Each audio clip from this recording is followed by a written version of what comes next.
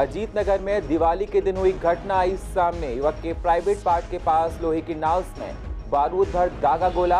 युवक बुरी तरह हुआ जख्मी, अस्पताल में चल रहा इलाज। पुलिस ने मामला दर्ज कर जांच की शुरू। गाजीपुर लैंडफिल साइट का बड़ा हिस्सा ढहने से दीवार हुई ध्वस्त। हादसे में बकरा और भैंस मंडी की दीवार गिरी, लाइट का खंभा भी टूटा।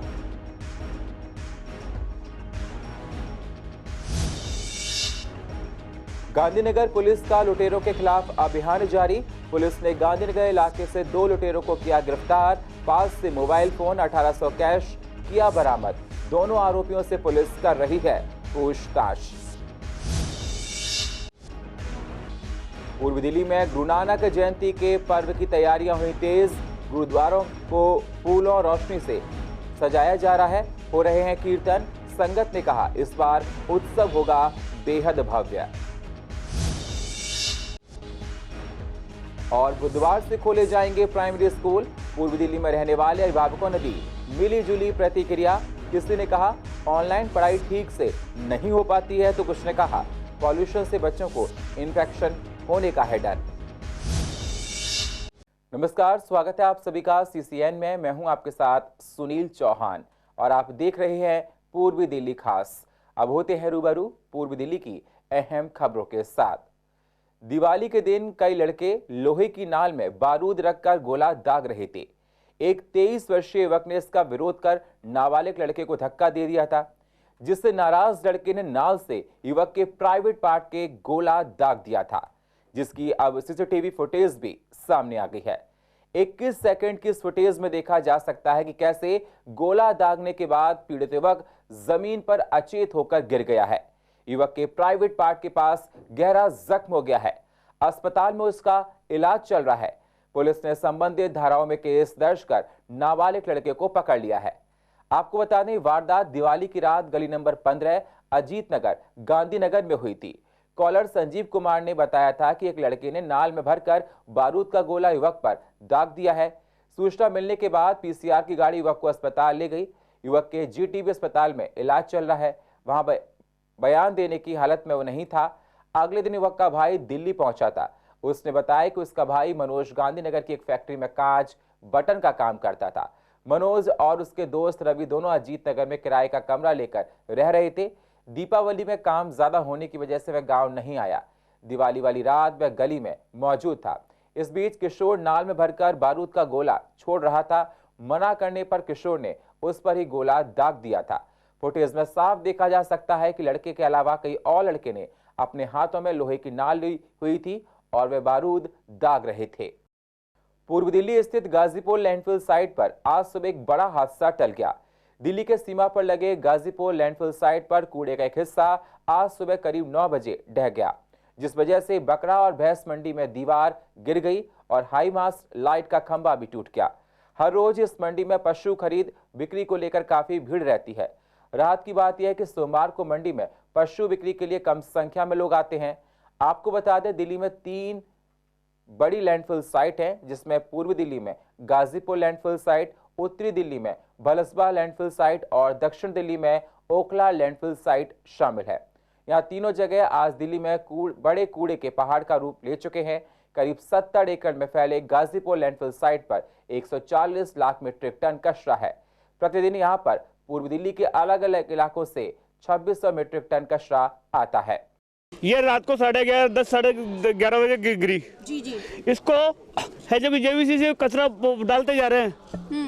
फिर हमने लोगों ने यहीं से अंदर से पत्थरबाजी की, तब जाके वो JVC की मशीन लगी थी। हाँ, ऊपर लगी हुई थी, ऊपर।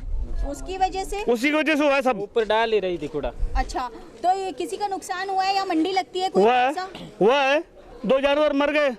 यहाँ पानी पी रहे थे, वो तो चमक के गिरा जैसे भग गए। इस खेल पे तकरीबन ज्यादा तो नहीं 30-20 आदमी तो हमेशा बने रहते हैं। कोई नहाते हैं, कोई कपड़े धोते हैं, कोई अपनी बकरी को पानी पिलाते हैं, बकरी को पानी ले जाते हैं। तो बड़ा नुकसान होता है। दिन में होता तो बड़ा नुकसान होता, जरूर होता। लापरवाही तो MCD की है।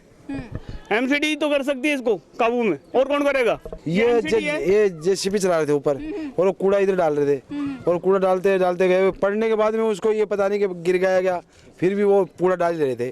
फिर उनको ये लोग भाई इकट्ठे हुए, उन्होंने आवाज़ मारी, आवाज़ को सुन नहीं रहे। फिर इन्होंने फिर पत्थरबाजी करी उनसे, जब जाकर रुके वो। यहाँ पे जैसे भी डाल रहे कूड़े की वजह से ही गिरा। हाँ, यहाँ क्या मंडी भी लगती है? बकरा मंडी लगती, बकरा मंडी है। रात में मतलब लगती नहीं, माल आता लेट सुबह 5-6 बजे और ये रात में गिरा 10-11 बजे। अगर ये दिन के समय में गिरी होती दिन तो में बड़ा होता हादसा कम से कम 15-20 लोग मरते इसमें। क्यों ये खेड़ी है पानी की, इसमें बच्चे भी पीते और लोग भी कभी कभी ऊपर नहाते।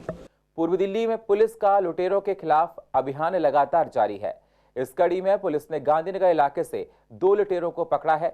दरअसल अरशद नामक युवक ने गांधीनगर में अजीत नगर के पास थाने में लूट की शिकायत दर्ज कराई थी। पीड़ित ने पुलिस को बताया कि 3 युवकों ने उसके साथ मारपीट की और उससे 1800 रुपए और मोबाइल लेकर फरार हो गए। शिकायत के बाद एसएचओ ने टीम गठित कर जांच के आदेश दिए, जिसके बाद पुलिस ने सीसीटीवी फुटेज खंगालकर दोनों आरोपियों का पता लगाया। वहीं दोनों को गिरफ्तार कर कामयाबी भी हासिल की। आरोपियों के पास से चोरी का मोबाइल और पैसे भी बरामद किए गए हैं। फिलहाल पुलिस ने दोनों आरोपियों के खिलाफ मामला दर्ज कर आगे की जांच शुरू कर दी है। हर साल कार्तिक पूर्णिमा के दिन गुरु नानक जयंती का पर्व मनाया जाता है। सिख धर्म के पहले गुरु माने जाने वाले गुरु नानक देव का जन्म कार्तिक पूर्णिमा के दिन हुआ था। इस पर्व को प्रकाश गुरु पर्व या प्रकाश पर्व के नाम से भी जाना जाता है। इस दिन गुरुद्वारे में कई तरह के धार्मिक आयोजन भी किए जाते हैं। पूर्व दिल्ली के गुरुद्वारे भी सज चुके हैं। लाइटों और रोशनी से गुरुद्वारों की खूबसूरती देखते ही बन रही है। कीर्तन किए जा रहे हैं। संगत का कहना है कि पिछले 2 साल से हम लोग इस उत्सव को ठीक से नहीं मना पाए थे, लेकिन इस बार भीड़ ज्यादा होने को उम्मीद देखी जा रही है। बार मोमबत्तियों की तैयारियां चल रही हैं, इसी प्रकार और सारे कामों की तैयारियां चल रही हैं। 1.5 साल बाद दोबारा सारे एकत्र होंगे, इस करके पहले से ज़्यादा संगत आने की उम्मीद है। इस करके तैयारियां और ज़्यादा करनी पड़ी हैं हम लोगों को। बहुत अच्छी रौनक देखने को मिलेगी इस बार, क्योंकि 2-2.5 साल बाद जब कोरोना के पीरियड के बाद अब गुरुपुरब का महोत्सव बना रहे हैं, तो बहुत मज़ा आएगा। आप भी आइएगा और देखिएगा, पूरी तैयारियां जोर शोर से हैं, सब चीज़ बढ़िया है। तैयारियां जैसे होती है, जैसे दिवाली बनती है, साफ़ सफाइयाँ होती हैं, हम अपना घर साफ़ करते हैं, ऐसे ही गुरुद्वारा गुरुपुरब के महोत्सव पे पूरा गुरुद्वारा साफ़ किया जाता है। अच्छा मतलब सजाया जाता है, पूरे के पूरा बड़ी अच्छा बनाया जाता है। हाँ जी, क्योंकि 2-2.5 साल बाद कोविड फिनिश हुआ है, तो अब की बार पब्लिक में बहुत ज़्यादा उत्साह है। गुरुद्वारा साहब में बहुत भीड़ आने की उम्मीद है और बहुत सारी तैयारियाँ कर रखी हैं गुरुद्वारा प्रबंधक कमेटी ने। बहुत सारे स्टॉल्स अरेंज किए हैं, खाने पीने के, स्नैक्स के, मतलब भरपूर खाना और भरपूर लंगर और बहुत कुछ तैयारियाँ की हैं। बहुत ज़्यादा मुझे बहुत खुशी है इस बात की कि अब की बार हम ये गुरुपुरब यस। पर्यावरण मंत्री गोपाल राय ने एक अहम बैठक कर तय किया कि प्रदूषण घटने के चलते परसों यानी कि 9 नवंबर से सभी कक्षाओं के लिए स्कूल खुलेंगे। हाल ही में 5वीं तक के स्कूलों को बंद करने का फैसला लिया गया था।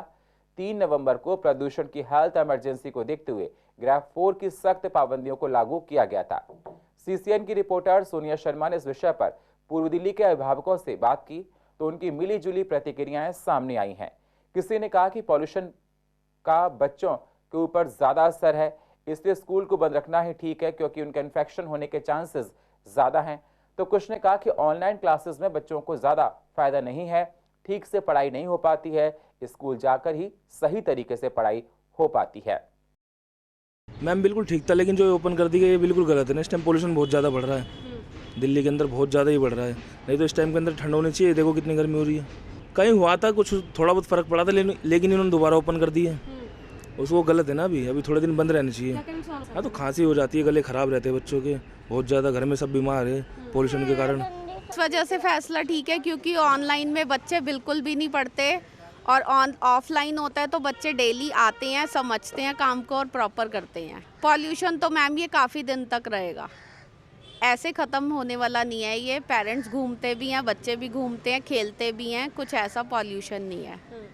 एक्चुअली मैम जब वो आते हैं तो इतना मुझे नहीं लगता उस टाइम पे कुछ खास पॉल्यूशन होता है। वो 8:30 के अराउंड आते हैं। वो सुबह मेन ज़्यादा पॉल्यूशन होता है और शाम के टाइम। तो आँखों में जलन महसूस हो रही है, धुंध का गुबार आसमान में छाया हुआ है, एक तरह से धुंध सी छाई हुई है। उसके ऊपर बच्चों के स्कूलों को खोले जाना बच्चों के स्वास्थ्य के साथ खिलवाड़ है। और जो केजरीवाल सरकार अपने फेलियर को छुपाने के लिए कि वातावरण साफ हो गया है, बच्चों के स्वास्थ्य के साथ खिलवाड़ करते हुए स्कूलों को खोल रही है, जो कि सरासर बच्चों के साथ नाइंसाफी है। देश में नोटबंदी को बीते 6 साल हो गए हैं, उसके बाद भी कैश का इस्तेमाल काफी ज्यादा हो रहा है। सीसीएन के रिपोर्टर्स ने पूर्व दिल्ली के दुकानदारों से बात की तो उन्होंने बताया कि हमारे यहाँ ज्यादा कैश का इस्तेमाल होता है। हम चाहते हैं ग्राहक ज्यादा कैश का इस्तेमाल करे। ऑनलाइन पेमेंट करने से कई बार बहुत सारी परेशानियां होती हैं। सर्वर डाउन हो जाने की वजह से पैसा अकाउंट में ही रुक जाता है, ट्रांसफर ठीक से नहीं हो पाता है। साथ ही ऑनलाइन ट्रांजैक्शन में साइबर क्राइम का डर भी बना रहता है। हम कैश और ऑनलाइन ट्रांजैक्शन दोनों लेते हैं, लेकिन ज्यादा कैश से लेन देन हमारे यहाँ होता है।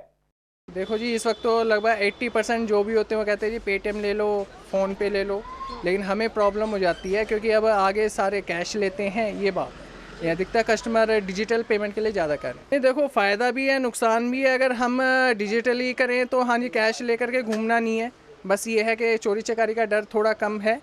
और लेकिन इससे ये है कि अब कस्टमर डिपेंड हो जाता है कि है ना, आगे को हमसे कैश ले रहे हैं या फिर है ना डिजिटल ले रहे हैं। अब तो लोग डिजिटल ज़्यादा मांग रहे हैं अब तो लोग, क्योंकि कैश अवेलेबिलिटी बहुत ज़्यादा दिक्कत आने लगी अब तो डिजिटल पेमेंट लोग इजी वे में कर देते हैं। तो कस्टमर को इजी है। काफ़ी फ़र्क आया। पहले क्या चेंजेस की बहुत ज़्यादा दिक्कत होती थी, लोग कभी उधर जा रहे हैं, अब तो क्या पेटीएम है, सब्जी वालों के पास भी पेटीएम मिल जाता है, तो ये बहुत इजी गोइंग काम हो गया। देखिए, फ़ायदा तो दोनों में ही है, कोई नुकसान नहीं है किसी में भी। हमें दोनों एक बराबर चलते हैं, कोई इसमें ऐसी नहीं कि डिजिटल है तो हमें फ़र्क पड़ रहा है कि आना तो हमारे अकाउंट में ही है और जाना तो कहीं और है नहीं कि लोग तो 1-1 रुपये के लिए पेटीएम करना पसंद करते हैं। लोगों की तो ये बात है, इजी हो गया उनके लिए ईजी हो गया है। हमारे लिए थोड़ा सा कभी कोई दिक्कत नहीं है, चल रहा है, जैसे मर्जी वो पेमेंट करें। कैसे जैसा भी होता है वैसा ही करना पड़ता है। जैसे पेटीएम होता है तो पेटीएम कर देते हैं, कैश होता है तो कैश कर देते हैं। कैश लेके इतना घूमना अच्छा नहीं रहता है, जैसे पेटीएम में होता है तो सेफ्टी रहती है। वो तो नहीं, कुछ ऑनलाइन दे रहे हैं, कुछ कैश दे रहे हैं, दोनों बराबर ही हैं। नहीं, कम तो क्या, दुकानदार बाजार तो कम है ही, जो कोई 10 रुपये की दही लेता, 50 की लेता, वो करते ना, ज़्यादातर कैश में ज़्यादातर रखते हैं। मतलब कैश ज़्यादा हो रहा है। हाँ। और ऑनलाइन कम हो रहा है। हाँ, ऑनलाइन तो ऐसे कोई 10-20 रुपये कोई खुले नहीं है, चलो जी कर दे। कैश से इसलिए हो रहा है क्योंकि ऑनलाइन से फ्रॉड बहुत हो रहे हैं, गवर्नमेंट उसमें कुछ कर नहीं पा रही है।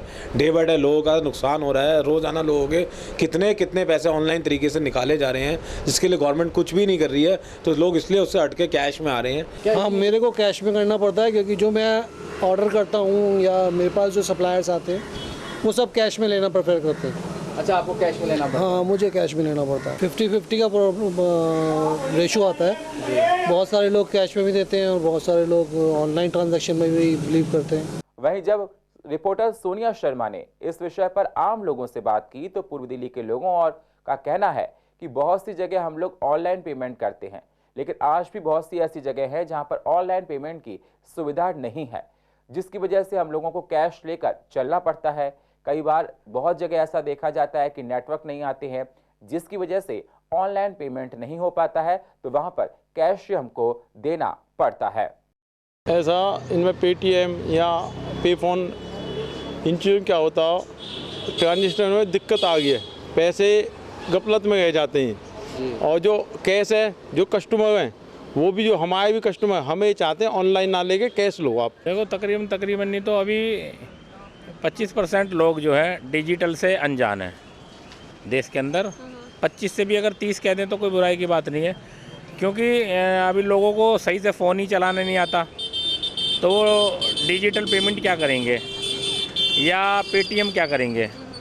तो 25 से 30% लोग ऐसे हैं जो अभी नहीं चला पा रहे हैं। एमसीडी की तरफ से यमुना पार्क के सभी एमसीडी स्कूलों के प्रिंसिपल से राजा शिव छत्रपति प्ले के लिए बच्चों, टीचर्स और पेरेंट्स की लिस्ट मांगी है, जिसके लिए 7 नवंबर के लिए शो के लिए जारी की जा सके। प्रिंसिपल ने एजुकेशन विभाग के अधिकारी के खिलाफ आवाज को बुलंद किया है। उनका कहना है कि एमसीडी सैलरी तो दे नहीं रहे, उल्टा बच्चों को प्ले में भेजने की जिम्मेदारी डाल रहे हैं। इनका खर्चा कैसे होगा, हमारे पास फंड्स की कमी है। विभाग के द्वारा एक निर्देश और आदेश प्राप्त हुआ है कि छत्रपति शिवाजी महाराज के संबंध में जो ये नाट्य चल रहा है लाल किला ग्राउंड में, इसमें बच्चों को ले जाना है। तो शनिवार को ये आदेश प्राप्त हुए हैं, लेकिन हमारे यहाँ जो बच्चे हैं वो पोल्यूशन के कारण विभाग द्वारा उनको जो है छुट्टी दी गई है। मैं समझता हूँ ये थोड़ा सा मुश्किल है कि इन परिस्थितियों में बच्चों को घर से कैसे बुलाएं, और उसकी सूचना पूर्व में आज तक देनी थी, जो बहुत सारे स्कूल नहीं दे पाए होंगे। लेकिन मेरा व्यक्तिगत मत ये है कि इस प्रकार के जो नाट्य हैं उनको छात्रों को दिखाया जाना चाहिए। भारत के इतिहास से जो कुछ आज तक छुपाया जाता रहा है उन सबको प्रत्यक्ष रूप से देख करके बच्चे के मन मस्तिष्क पर, उसके मन के पटल पर इन सब चीज़ों का गहन असर पड़ता है।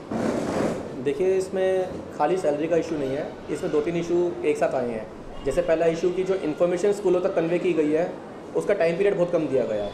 ये इन्फॉर्मेशन सैटरडे की इवनिंग में बच्चों को स्कूल के प्रिंसिपल्स तक भेजी गई है और बच्चों को कन्वे करना, उनके पेरेंट्स को कन्वे करना, क्योंकि बीच में संडे आ गया और मंडे को ही हमें लिस्ट फाइनल करके मंडे की इवनिंग में शो दिखाना है।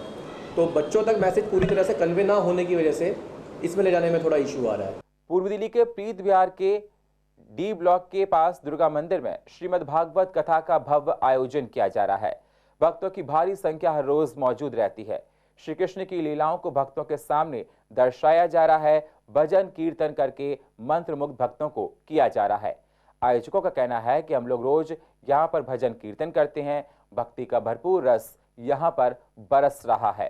कृष्ण जी का जन्म हुआ था, आज उत्सव मना रहे हैं उनका, और कृष्ण जी की लीलाओं के ऊपर आज महाराज श्री जो है ना उनकी लीलाओं का व्याख्यान कर रहे हैं। कृष्ण जी ने कैसे कैसे लीलाएं करी हैं उसके ऊपर, और भजन संध्या चल रही है, उत्सव मना रहे हैं। नंदलाल के यहाँ कृष्ण जी आ चुके हैं। नंदलाल जी को खबर दी गई है कि आपके यहाँ लल्ला आ गया, आप पिताजी बन गए हैं, उसका उत्सव भी मनाया जा रहा है। जब भगवान की कृपा होती है तो स्वर्ग का साइज बढ़ जाता है। ऐसे ही यहाँ पंडाल का साइज बढ़ रहा है, क्योंकि ये साक्षात वृंदावन हो रहा है। यहाँ भगवान कृष्ण का जन्म उत्सव हुआ है, भगवान का प्राकट्य हुआ है, और हम लोग पूरी व्यवस्था में लगे हैं। जितने भी लोग आ रहे हैं सबको सम्मान के साथ उचित स्थान दे रहे हैं बैठने के लिए। भीड़ की बात है, पहले से आज के दिन चौगुने आदमी यहाँ पर आए हैं।